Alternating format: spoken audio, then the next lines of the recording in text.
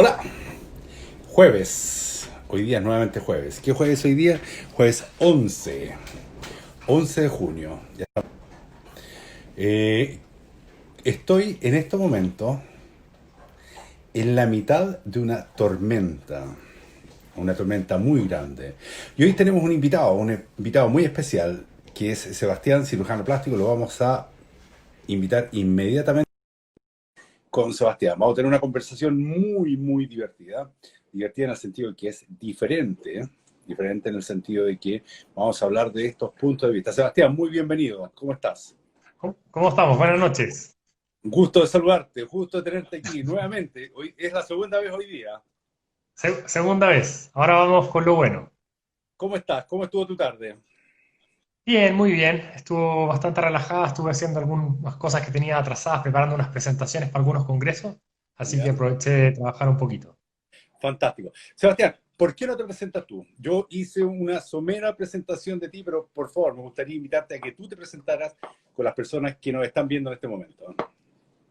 Bueno, yo soy un médico chileno que me titulé en la Universidad Católica y después me fui fuera de Chile a especializar. Me especialicé primero en cirugía maxilofacial y cirugía estética. Después me especialicé en cirugía plástica y volví hace aproximadamente 2 años y medio al país a entregar un poco las cosas que había aprendido fundamentalmente en Europa y Latinoamérica. Perfecto. Cirujano plástico, eso siempre llama la atención. ¿Mm? Bueno, sí, lo que pasa es que te toca trabajar un poco manejando las vulnerabilidades de las personas. Por lo tanto, tienes que tener la cabeza bastante bien puesta porque tú trabajas con las inseguridades de las personas. Entonces, nosotros no estamos formados, nosotros estamos deformados porque tenemos tanta formación que estamos formados para ver el defecto, para ver lo que no está bien, para ver lo que se puede corregir. Pero que yo pueda verlo no necesariamente significa que hay que hacer esa corrección. Por lo tanto, hay que tener bastante como coherencia y ser bien delicado en el tema cuando un paciente pregunta ¿qué me debería hacer? O ¿qué es lo que usted me haría? A mí esas preguntas no me gustan mucho porque si tú me dices lo que a ti no te gusta, yo tengo 5, 6 o 7 maneras de solucionarlo y creo que eso es mucho Claro. mejor que andar abriendo inseguridades en las personas. Oye, eso de la inseguridad es bastante interesante, ¿eh? Porque es algo que nos atañe tanto a ti como a mí en los pacientes que yo tengo, que son personas con, muchos de ellos con bastante inseguridades, que vienen acarreando una cantidad de no solamente inseguridades, sino que de falencia o de carencias, mejor dicho, carencias emocionales desde la niñez, ¿no? Y me imagino que muchas de las personas que también que te llegan a ti tienen justamente esa forma de verse a sí mismo que a veces no es la correcta. ¿Mm? Bueno, sí, la verdad es que querer verse bien es algo que creo que es sano. Querer estar saludable, verse bien, sentirse bien, es algo que es saludable, es algo que te ayuda a tener una mejor calidad de vida. Ahora, obviamente existen extremos de personas que no saben muy bien lo que buscan y ahí entramos un poco a un terreno de que yo lo llamo como un tejado de vidrio, porque cuando tratas a algún paciente que es un paciente complicado y tú no lo sabes diagnosticar antes de hacer algún procedimiento, es difícil que ese paciente quede feliz con la corrección y por lo tanto se abre un capítulo de lo que es el paciente insatisfecho y de lo que es el paciente complicado, que hablábamos antes. Claro. Sí, pero a lo que me refería más bien es justamente la distorsión que muchas personas tienen de sí mismos. ¿Mm? Sí. De cómo se perciben a cómo son realmente. Y ahí me imagino que entra justamente lo que tú acabas de decir. Cuando te preguntan a ti, bueno, ¿y qué me hago? ¿Qué Claro. mejoro? ¿Mm? Lo que pasa es que, bueno, es que el paciente difícil se basa o se divide en 4 tipos de pacientes y ese es uno de los tipos de paciente difícil, ¿ok? ¿Ya? Un paciente, por ejemplo, el paciente dismorfofóbico. Para que la gente entienda, el paciente dismorfofóbico es un paciente que ve una condición que puede ser real o puede ser irreal. Pero lo que pasa es que la motivación de lo que a él le provoca angustia o le provoca un malestar es una cosa que no se corrige con una cirugía o con un procedimiento. Y por lo tanto, por ejemplo, una chica que es flaca pero se siente gorda puede venir, se puede hacer una liposucción, pero finalmente igual al espejo se va a seguir viendo gorda, porque el problema no está en los gramos de grasa que tiene de más, sino que el problema está en un aspecto psicológico que ustedes mejor que yo pueden de alguna manera tratar y Justamente es la hacer que se distorsión, sientan es mejor. la misma distorsión que te estaba hablando, ¿no? Y que ahí puede Claro. ser que viene de un trastorno alimenticio. Claro.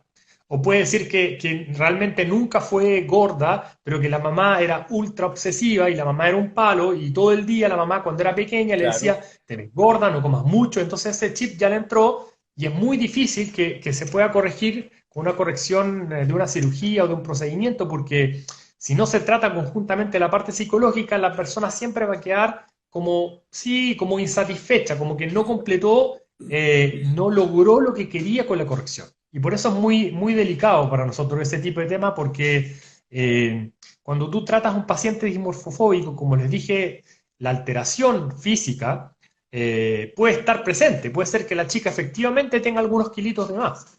El problema es que si ella no queda contenta después de la cirugía, ¿quién tiene la culpa? Bueno, siempre la culpa la tengo yo. ¿Por qué? Porque yo accedí a operar a una persona que no tenía muy claro qué es lo que quería con la cirugía. claro. Entonces, ahí es cuando yo digo que tiene un poco una relación en tejado de vidrio, porque el paciente al no estar satisfecho se entra como en una carrera en la cual uno tiene que hacer correcciones y el paciente no necesariamente va a quedar contento con las correcciones porque fundamentalmente en este caso en particular ella lo que busca es tener la aprobación de una mamá que nunca la tuvo, por ejemplo. Algo así. O los amigos, las amistades también, ¿no? Claro. Quizás. También las amistades. Oye, y en ese sentido, Sebastián, ¿qué es lo que haces tú? ¿Cómo trabajas? ¿Qué es lo que haces? ¿Qué es lo que le dices? ¿A dónde llegas con ese paciente? Bueno, en general nosotros trabajamos bastante con psicólogos, con psiquiatras, Ujú. ¿ok? A mí me gusta mucho apoyarme en los colegas, creo que es súper bueno hacer interconsultas, que los Claro, colegas te digan, mira, ¿sabes qué? Esta paciente califica para una cirugía o esta paciente no califica para una cirugía. Porque además, dentro de los pacientes difíciles, está, por ejemplo, el paciente que te pide que tú hagas una corrección que tú no manejas. Por ejemplo, no sé, trasplante de cara. Ya, se hace la trasplante de cara en la cirugía plástica maxilofacial, pero yo no es mi expertise, no lo hago todos los días y por lo tanto me voy a sentir un poco incómodo y es un paciente difícil porque me pide algo que yo no hago todos los días. claro. Segundo tipo de paciente es el paciente que conversábamos ahora, el paciente que tiene un trastorno dimorfofóbico y que tiene como una inquietud de un trastorno que puede estar real o no real, pero que está asociado a un componente psicológico muy importante. Y ese, en general, me gusta tratarlo conjuntamente con un psicólogo, por lo menos, o con un Claro. psiquiatra para poder esclarecer si es quirúrgico o no es quirúrgico.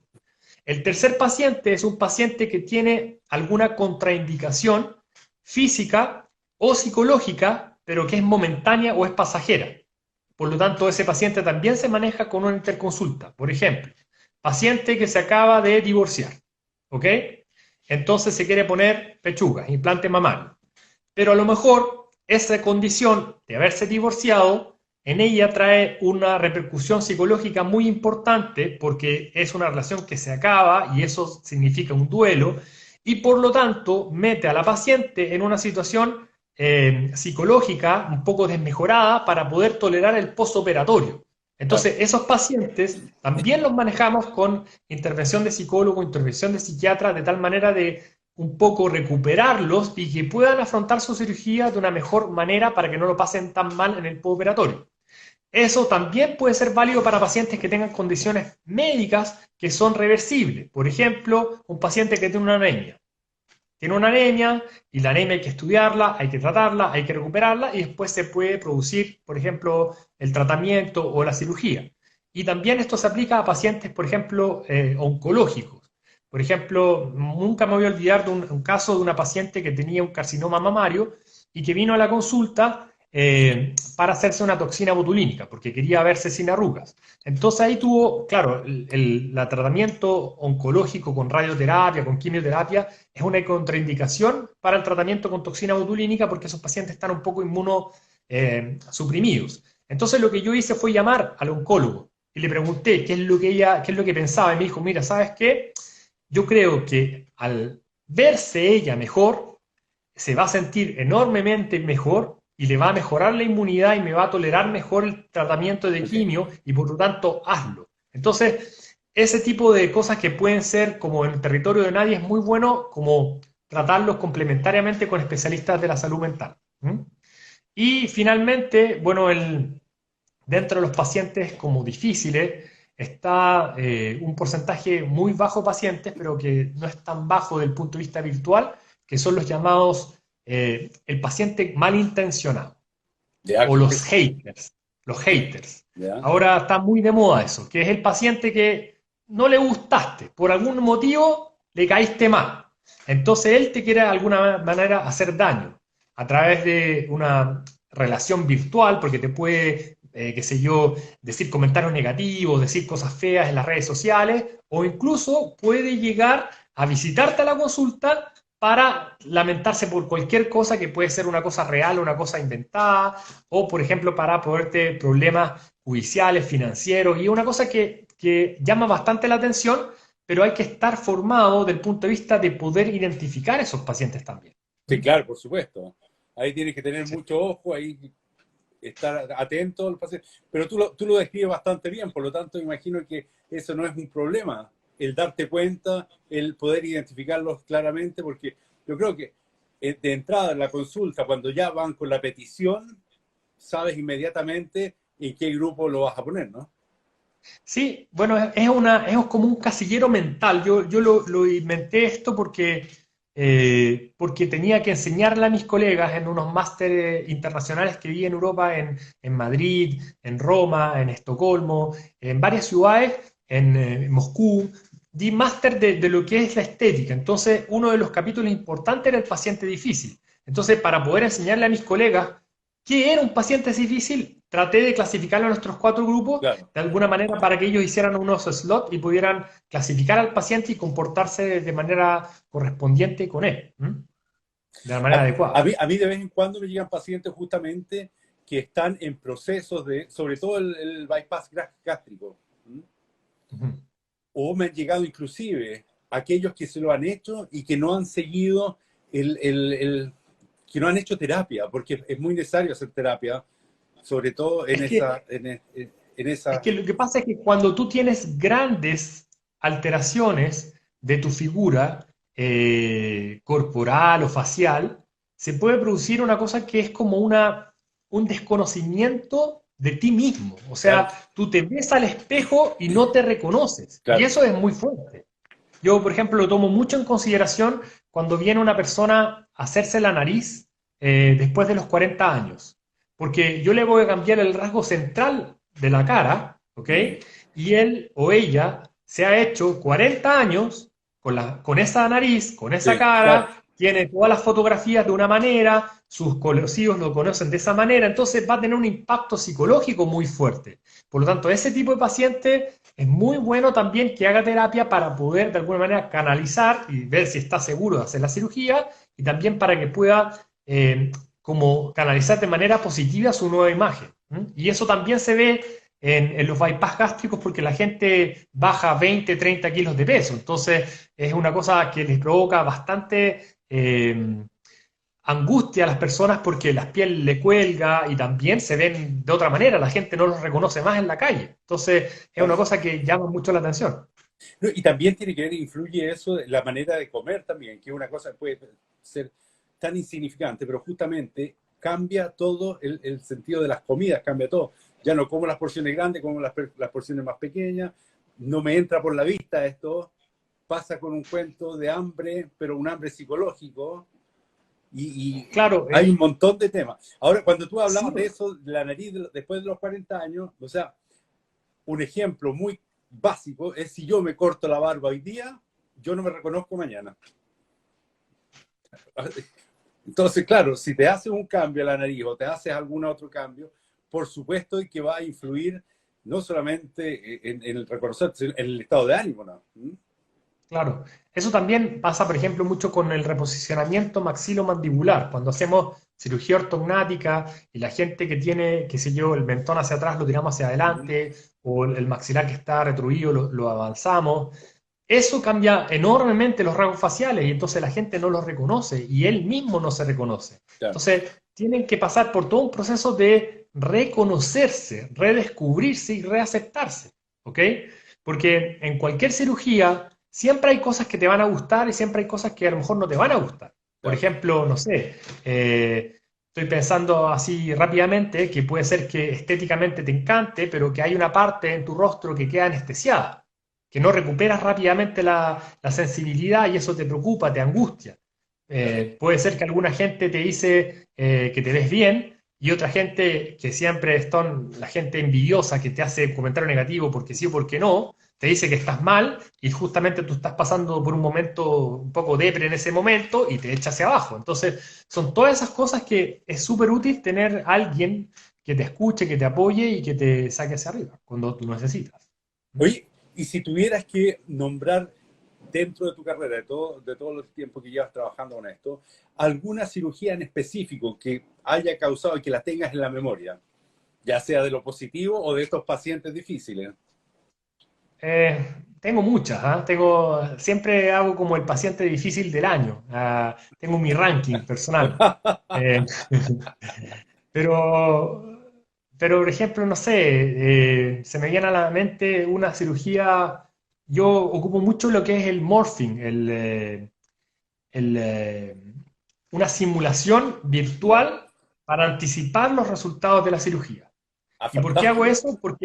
Porque a mí me gusta que el paciente sepa lo que espera después de la cirugía. En Ya. el pasado, los cirujanos un poquito más ancianos le tenían mucho miedo a eso, porque después había que tener un poco la habilidad quirúrgica y los cojones para dar el mismo resultado que tú le habías Que propuesto le había propuesto, claro, electrónicamente. claro, Entonces, muchos no estaban a favor de eso. A mí me gusta mucho porque hace que las expectativas del paciente y lo que el cirujano va a perfecto, hacer queden muy claro. cerca. Entonces, hice una nariz, por ejemplo, de un chico que yo le mostré, le dije, bueno, las narices en los hombres tienen un ángulo que es nasolabial que tiene que estar entre 90 y 100 grados, porque después cuando empiezas a respingar mucho la nariz, se empieza a ver como más femenino entonces le hice el morphing y la dejé exactamente como un hombre, pero él quería la nariz más respingada, entonces yo después tuve que hacer otra cirugía Mm, enormemente más compleja, sacando cartílago de la oreja, sacando fascia temporal para poder reconstruir la nariz y fundamentalmente porque la relación que este chico tenía con su pareja era una relación media dualista en la cual él hacía un poco lo que ella quería. ya, Entonces, cuando mostré el morphing, ella decidió por él el cambio que él quería. Cuando él después se vio en el espejo y tuvo que decidir qué es lo que a él realmente le gustaba, ahí se produjo la discordancia entre lo que yo estaba tratando de hacer quirúrgicamente y lo que él quería como paciente. Eso es claro. uno de los ejemplos, por ejemplo, de las cosas que nos pasan. Oye, pero es que me resuena eso cuando las esposas, por ejemplo, mandan a los maridos a terapia también, ¿no? Claro. Es que lo Entonces, que pasa es que no hay peor ciego que el que no quiere ver. Yo creo que es súper difícil que te manden a terapia. O sea, si tú no ves un problema, es muy difícil tener adherencia al tratamiento, porque absolutamente. si yo no veo que me hace falta, por ejemplo, no sé, tomar agua, yo no voy a comprar agua, yo no me voy a andar con un vaso de agua tomando todo el día. Y es lo mismo para la terapia psicológica y es lo mismo para Claro, los trastornos estéticos. O sea, si para ti tú te ves al espejo y tú te gustas, no te hace falta nada. Si tú absolutamente. hay algo que no te gusta, claro, ahí podemos hacer bastantes cosas para mejorar. Oye, pero ahí está justamente lo que conversábamos, el título de esta canción, es decir, de esta conversación, que tenía que ver la autoestima, ¿no? ¿Cuánto Claro. juega la autoestima dentro de la decisión de hacerse un cambio general en el cuerpo, ¿no? Es que mira, hay algunos conceptos que son rejuvenecimiento, ¿ok? Mm, que es volver los factores a un orden preexistente, ¿ok? Y el otro está el embellecimiento, que es alinear los factores de una manera que nunca habían estado presentes antes Mm, para hacer que se vean mejor. Entonces, una persona, cualquier persona, puede ser lícito querer envejecer bien, querer verse digno, querer verse saludable para la edad que cada uno tiene. Entonces, un tratamiento de rejuvenecimiento seguramente va a tratar de recuperar lo que la persona poseía hace algunos años atrás. Y por lo tanto, la implicancia psicológica es un poco menor. Ahora, cuando tenemos un tratamiento de embellecimiento, tenemos que hacemos cambios a nivel facial o a nivel corporal, en lo cual creamos cosas que nunca han estado. claro. Una nariz respingada, qué sé yo, unas cejas que estén hacia arriba, qué sé yo, quitamos un poco de volumen en la forma de Bichat, por ejemplo, o ponemos un poco de mentón. Entonces vamos a crear algo que nunca estuvo ahí y la persona se va a ver diferente. Y por lo tanto, ahí es cuando quizás más el paciente necesita un soporte psicológico porque va a tener una figura diferente a lo que él estaba acostumbrado. Oye, pero el tema de la autoestima también es bastante, es transversal. Hombres, mujeres, diferentes edades, ¿no? Imagino que cuando llegan, ¿cuál es la edad o el paciente de menor edad que has tenido versus el paciente de mayor edad que has tenido? Bueno, eso varía muchísimo, depende de qué es lo que estemos hablando. Si estamos hablando de cirugías, tengo pacientes de 8 años ¿Ya? que han venido con la mamá porque tienen las orejas como Salí. en asa, Mm, así, y los molestan todo el tiempo en el colegio. ya. Entonces, el crecimiento de la oreja se completa entre los 8 y los 10 años. Y por lo tanto, después de los 8 años, el paciente tiene muchísimas como disturbios en el colegio, se puede acceder con el consentimiento de ambos padres para poder operar. ¿Ok? Ok. Después, por ejemplo, si estamos hablando de tratamientos de rejuvenecimiento, eh, por ejemplo, la toxina botulínica. La toxina botulínica te permite disminuir las arrugas de expresión que se producen cuando nosotros levantamos la ceja o cuando nos enojamos o cuando sonreímos las patas de gallo. O sea, Exactamente. todo esto. Miren, Claro. así se pone con el tiempo. Claro, esos pacientes generalmente empiezan a verse como a los 26 años. Ahora, en Colombia se desarrolló una tendencia en la cual las mujeres querían prevenir la aparición de las arrugas y por ¿Ya? lo tanto empezaron a tratarse con toxina botulínica entre los 16 y los 18 años. ¿Ok? Ok. Ok. Cuando tenemos un trastorno nasal, por ejemplo, no nos gusta mi nariz, ¿ok? En las mujeres, en Italia, pues estamos autorizados a tratar las mujeres después de los 16 años porque se completa un poco el crecimiento de la nariz y tiene que tener consentimiento del padre y de la madre. En el hombre, en general, se espera hasta los 18 años porque el crecimiento de la estructura ósea de la nariz, estructura cartilagínea, terminan un poco hacia los 18 años y que las postergamos un poco. ¿M? Y después tienes todo el espectro de cosas que te solicitan, por ejemplo, de correcciones en el cuerpo. Generalmente nosotros tratamos de dejar todas esas correcciones como para después de los 18 años. Perfecto. Perfecto, bien. Bueno, en la tarde conversábamos un poquitito, yo te decía de estas cositas, ¿no? Que van creciendo con el tiempo y como que, Ajá. ¿ah? Y Sí, tú, el problema del párpado. El párpado en párpado. general es un problema porque te empiezas a ver cansado, ¿no? Que se te cae el párpado y entonces te ves como cansado, te ves como una imagen poco saludable. Y alguien me dijo una vez que como te ven, te tratan. Entonces, si te ven cansado, te van a tratar un poco como cansado. Y a veces también eso también influye mucho para lo que publiqué ayer o antes de ayer, que eran las comisuras orales. ¿Ya? Cuando las comisuras orales se van hacia abajo, la persona se ve como enojada. Sí, claro. Entonces, toda la gente que interactúa con esa persona interactúa un poco a la defensiva. Porque, oye, este está enojado, así que mejor tratémoslo bien. Sí, claro, por Entonces, supuesto. y no Sí, claro. necesariamente es así. Y por eso que ese tipo de correcciones son tan agradecidas por los pacientes, porque, por ejemplo, la corrección de la blefaroplastía, que se hace con una incisión muy pequeña y se ponen puntos que son invisibles, que duran solamente 5 días, permite recuperar muy bien la mirada y te da un resultado que te va a durar por lo menos 7 a 10 años.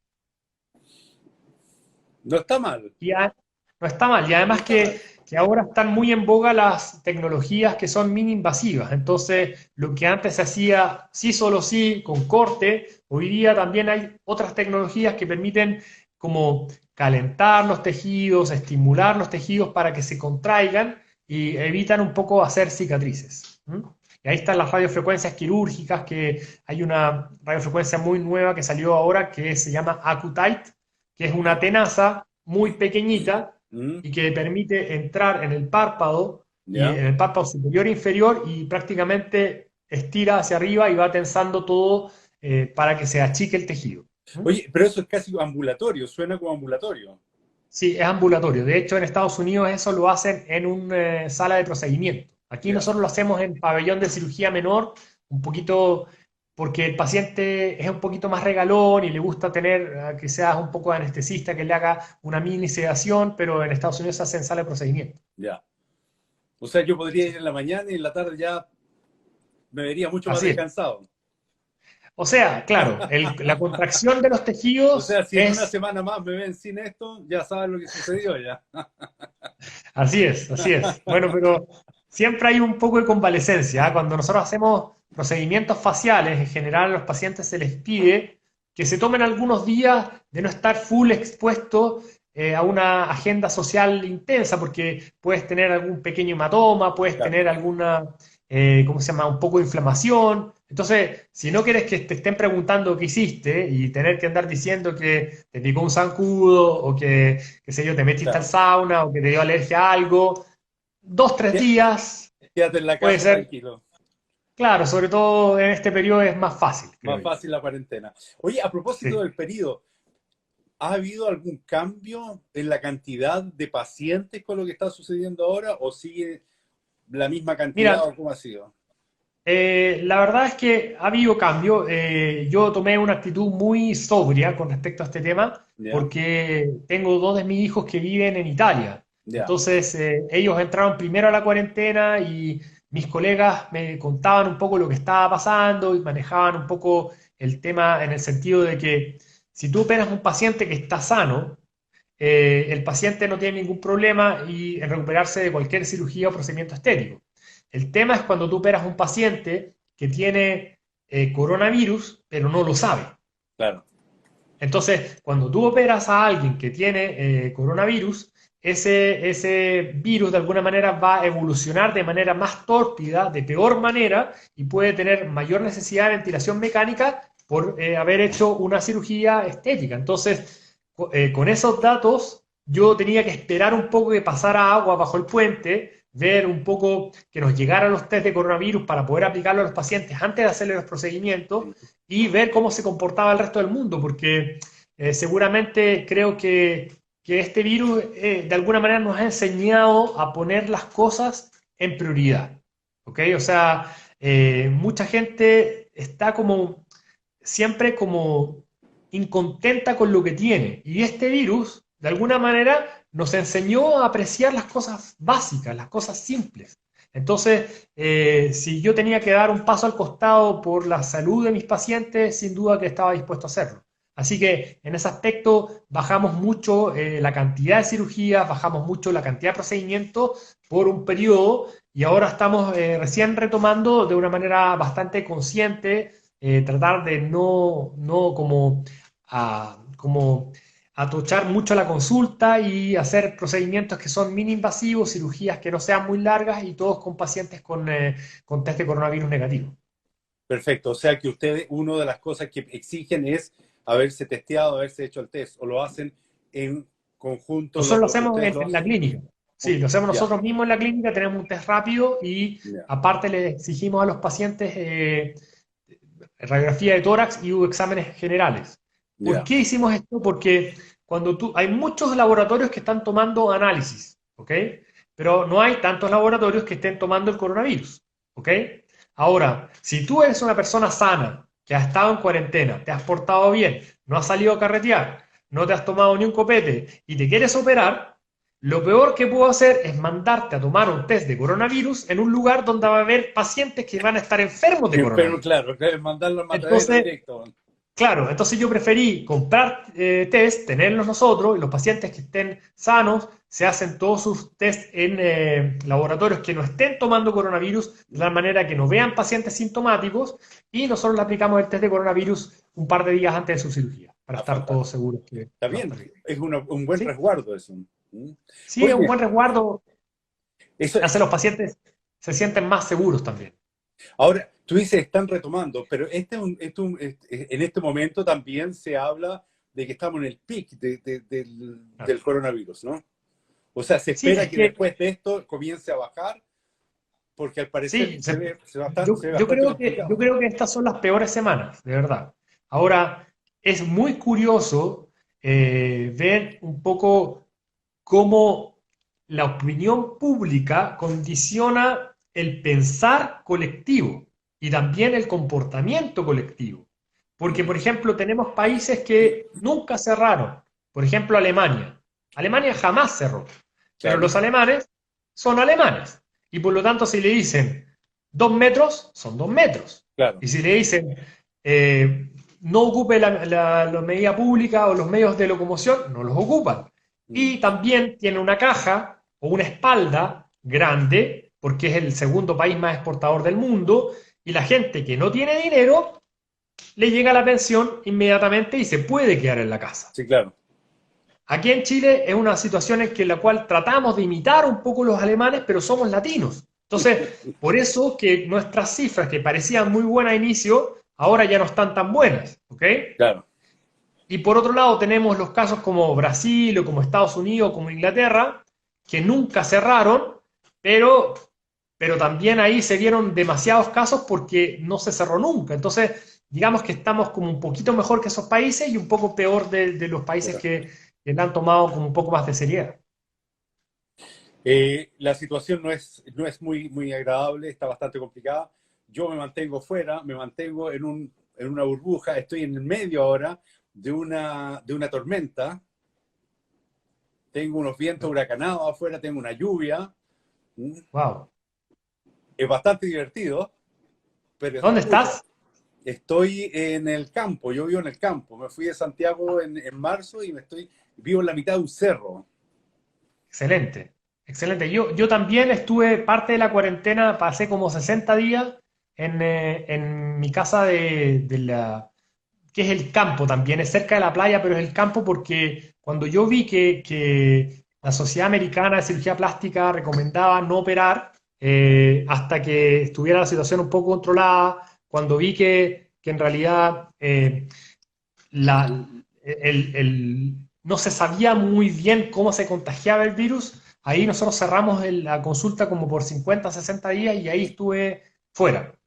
Ahora, obviamente tenía pacientes que había operado, que tenía que controlar, y entonces ahí me vi un poco obligado a volver y hemos estado atendiendo como 2 o 3 veces a la semana para darle continuidad a esos pacientes, haciendo un poco de cirugía en los pacientes que están sanos, sin patología, y ahí hemos un poco tirado hacia adelante, aunque yo he visto que cuando el hombre es un animal social, por esencia. Entonces, cuando tú le quitas la sociabilidad al hombre, se empieza a morir como de a poco. Y por lo tanto, llega un momento en el cual la cuarentena, aun cuando puede ser ideal, es casi impracticable porque a la gente, a un cierto punto, le da lo mismo contagiarse e incluso morirse, pero necesitan salir. O sea, es una cosa como que quizás por eso que todas las herramientas que tenemos ahora son mucho más válidas en el sentido de poder tener reuniones con los amigos por Zoom,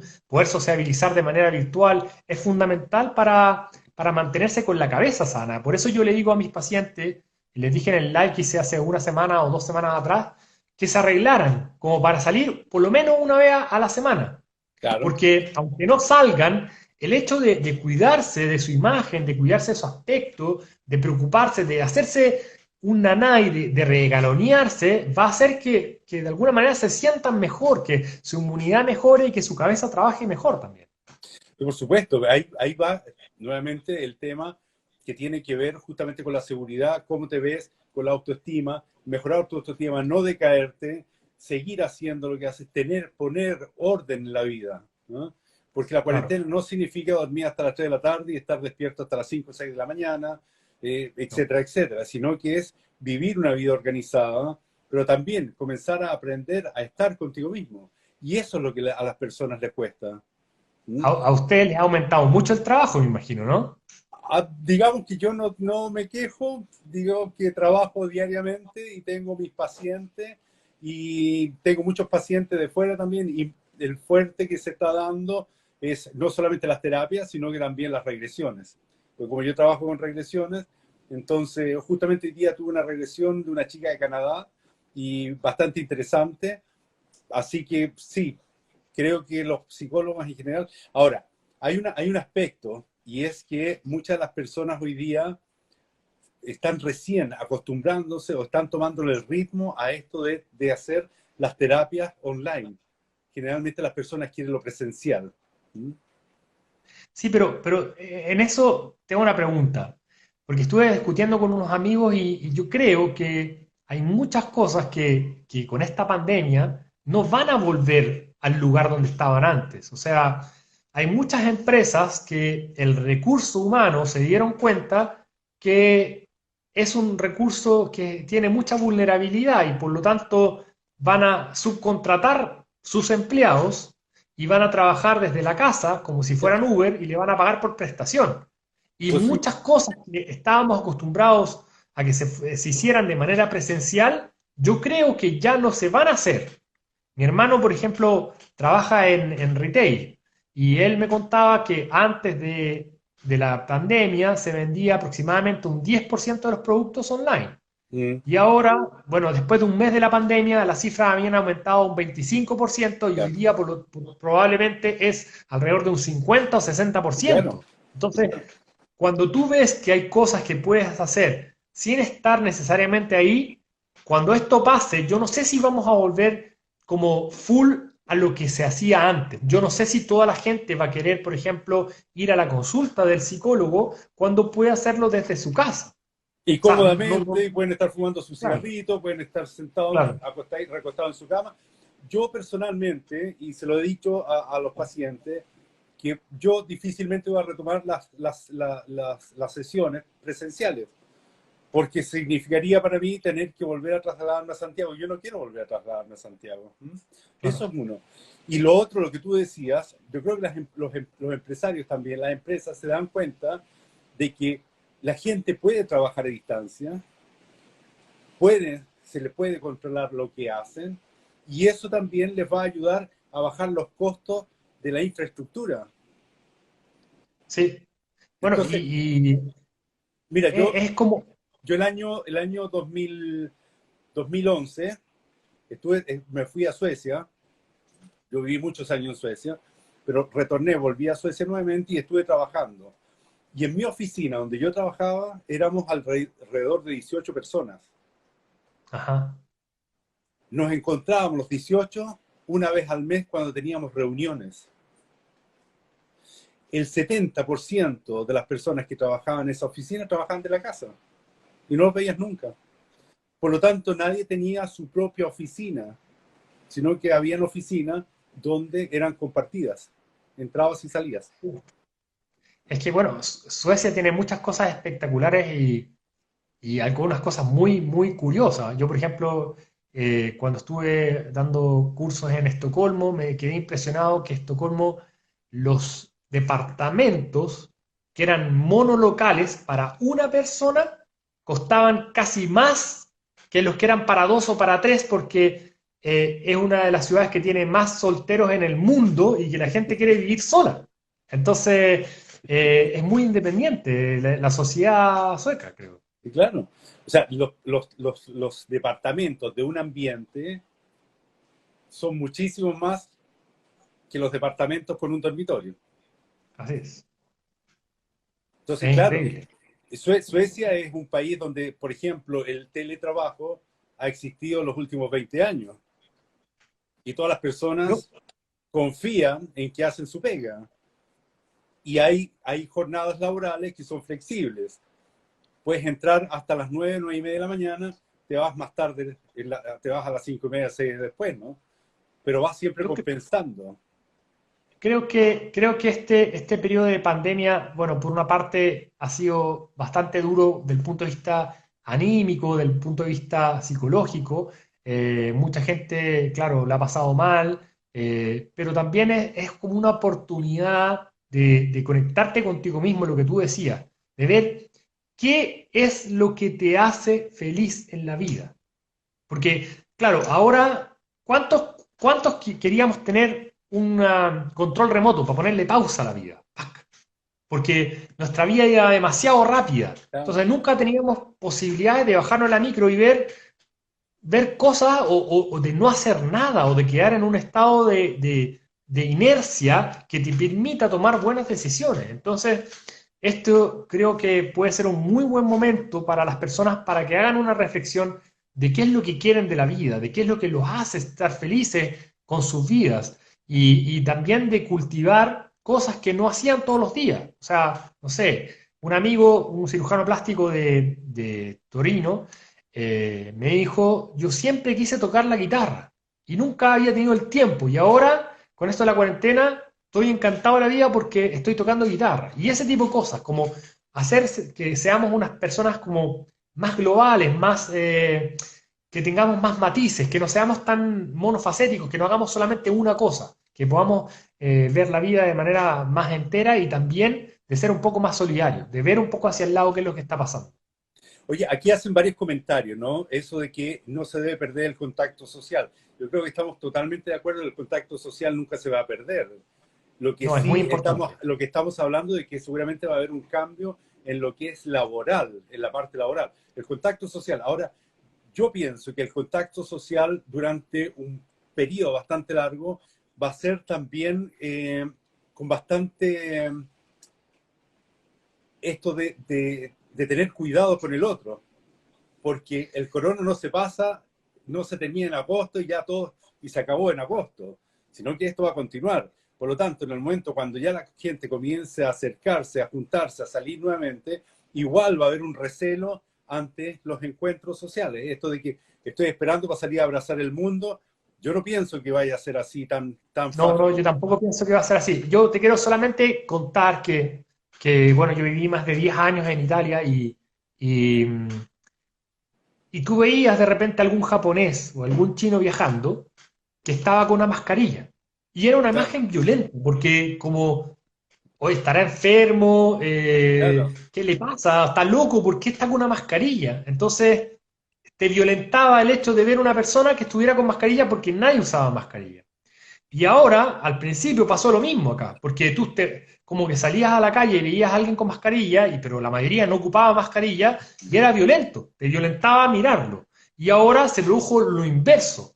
Está todo el mundo con mascarilla y cuando tú ves a alguien sin mascarilla te violenta y casi que te absolutamente. enoja. Claro, por Entonces, supuesto. por eso te digo que el comportamiento colectivo se basa mucho en la opinión mayoritaria de la gente. Entonces, creo que eso de que nos metamos como en una burbuja, estemos viviendo un poco aislados, cuando vaya a pasar, va a pasar de una manera progresiva. No vamos a volver de la misma manera tan agresivamente a tener tanta exposición, creo, porque va a quedar mucho recelo, mucha desconfianza. Creo que va a pasar un poco de tiempo antes que volvamos a tener una normalidad real. O sea, por eso se habla de la nueva normalidad.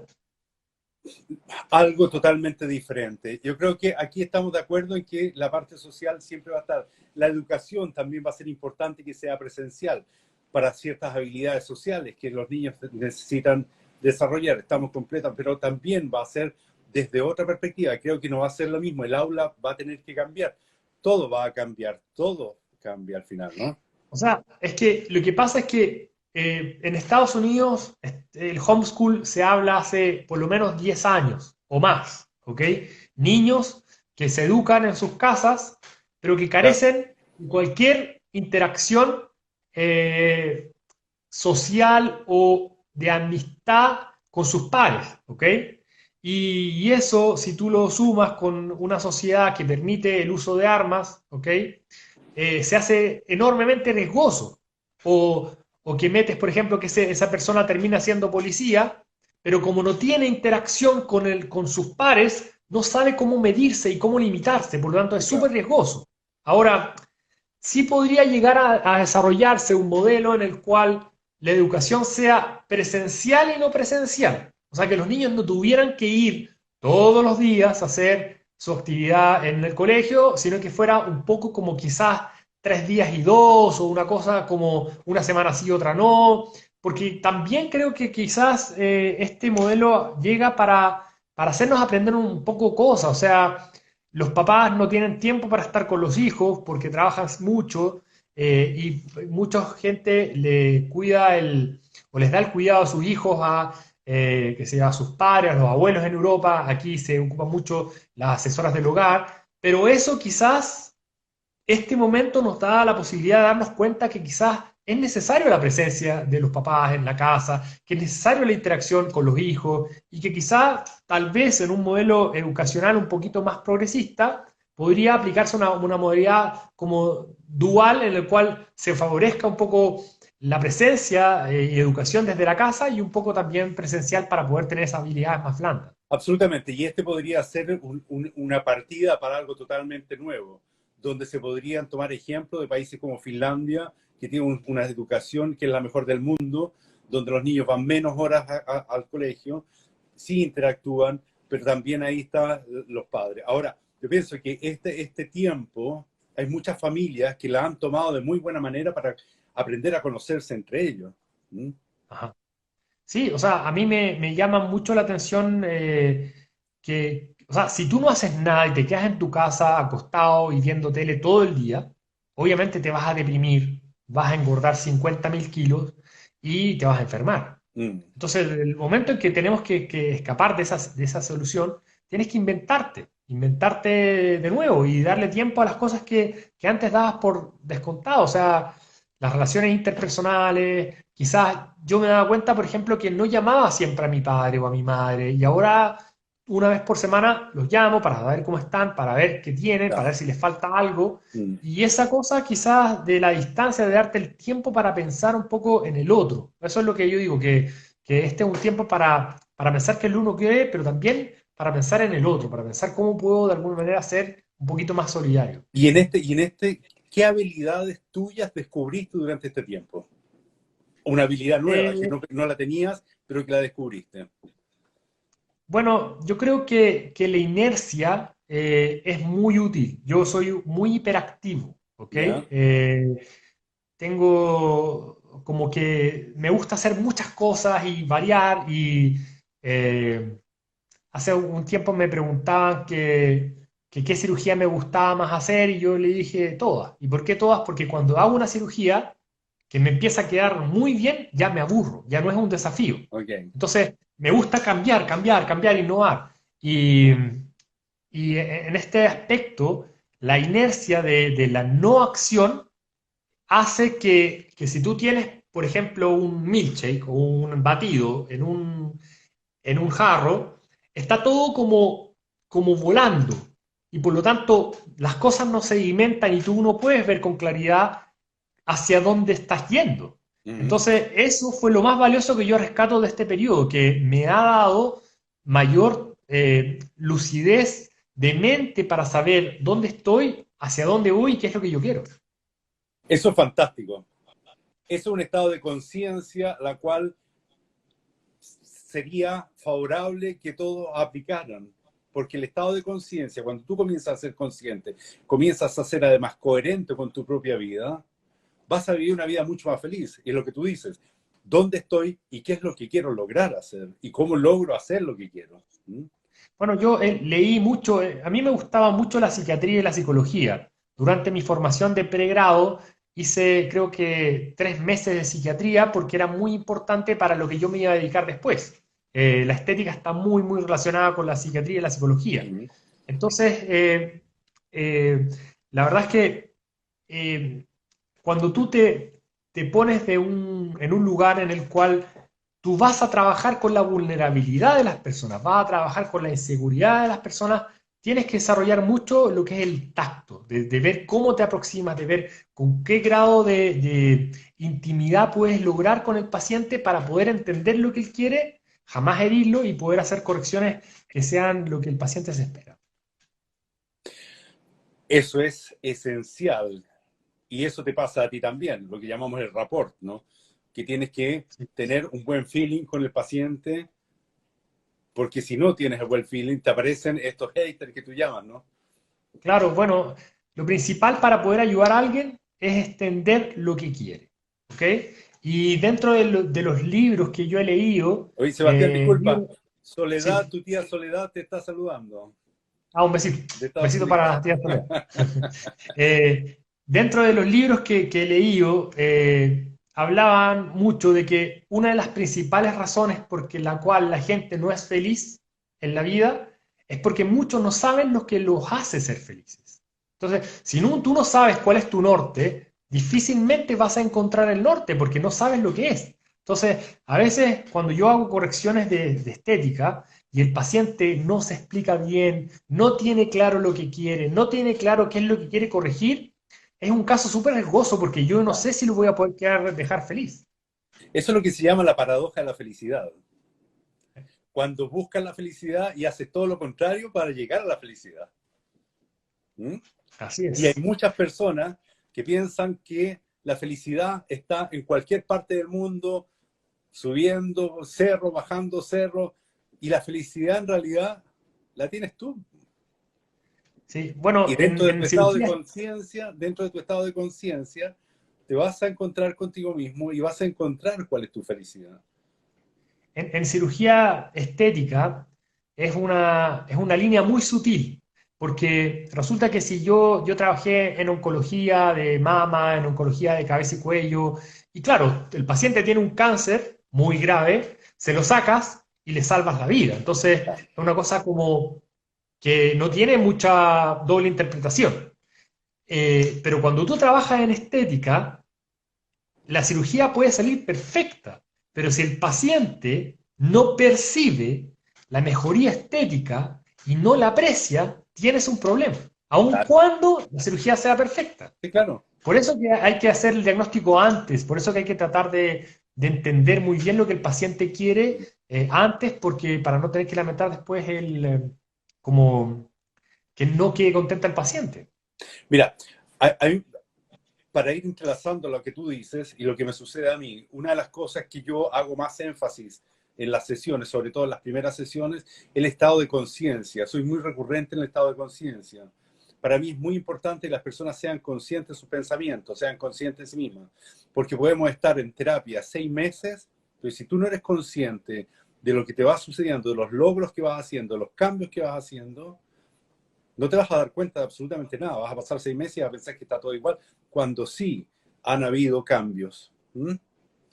Y es lo mismo que dices tú de alguna manera, el estado de conciencia, el percibirse para ver el cambio. La cirugía quedó maravillosa, quedó súper bien todo, pero si no tengo el estado de conciencia de cómo me percibo a mí mismo, Es un difícilmente problema. te vas a sentir claro, te vas a sentir satisfecho, ¿no?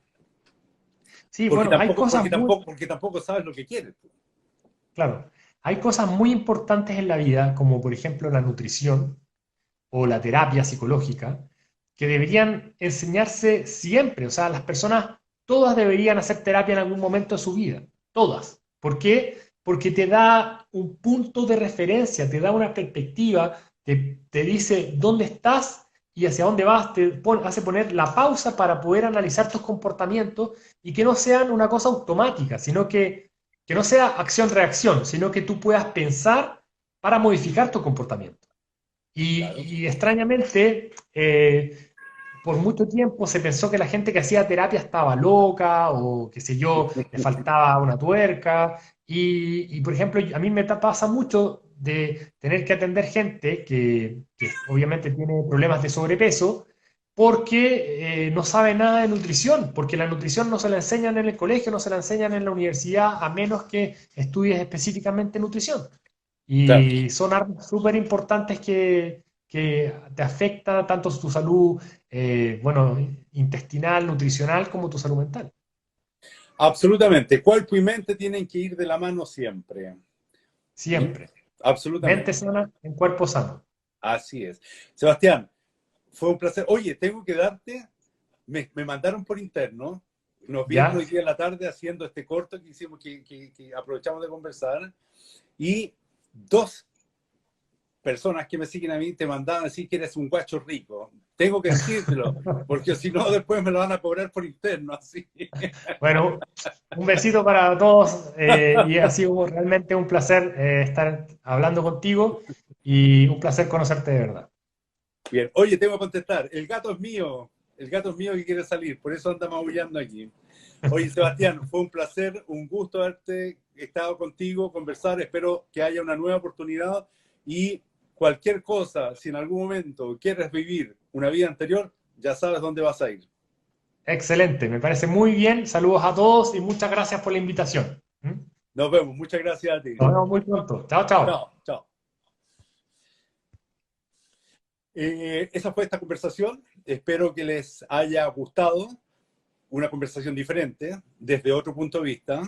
Nos salimos un ratito de esto de las regresiones. Soledad, quedaste feliz con tu sobrino. Namaste, no vamos a hacerlo online. Mayra, muchas gracias. Carol Galás, bienvenida, Carol. Catrín, saludable. María Santucha, gracias a cada uno de ustedes que estuvo aquí hoy día. Espinosa, los espero la próxima semana, el próximo jueves. Ah, el martes de la próxima semana estoy invitado a una conversación.